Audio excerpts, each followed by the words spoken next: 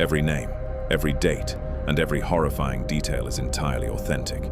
Meet Reverend Robert Foulkes, a highly respected minister of Stanton Hay in Shropshire, a man trusted by his entire community to guard their souls from evil. But the dark cloth of his robes hid a twisting, predatory mind. Foulkes was appointed as the legal guardian of a young, innocent gentlewoman, making monstrous use of his sacred authority.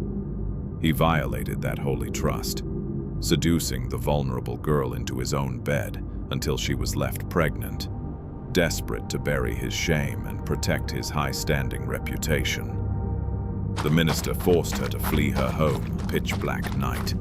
He brought her deep into the chaotic, muddy sprawl of London, taking secretive lodgings in the fog-drenched York buildings along the Strand.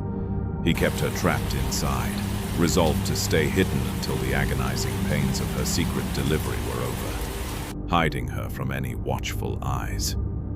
When her dreaded hour finally arrived, the poor woman endured a painful labor, but her cries for mercy were sternly silenced by the Reverend.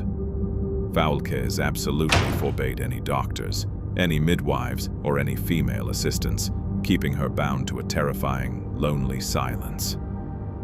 The moment the innocent newborn received its first breath, the holy man acted with calculated, cold-blooded malice, executing a premeditated slaughter. He brutally choked the life out of the fragile infant and threw the tiny body down into the filth of a dark house of office, a privy pit, believing his horrific secret was safely buried in the dark. Foulkes left the weeping mother behind and quickly fled back to his parish in Shropshire. But blood always cries out from the deep. A local maidservant uncovered the undeniable trail of the hidden birth and exposed the crime. Dragged before the magistrates, the broken young gentlewoman confessed everything. The court pitied her, but condemned the malicious minister to death, locked away inside the dark, disease-ridden hell of Newgate Prison. Realizing his soul was utterly lost, weeping through the dark nights for his monstrous sin. On a wet Wednesday morning, a heavy wooden coach carried the fallen minister through a massive, hostile crowd toward the notorious Tyburn gallows. Standing high upon the ladder with a rough rope tight around his neck, begging the crowd to avoid his wicked path.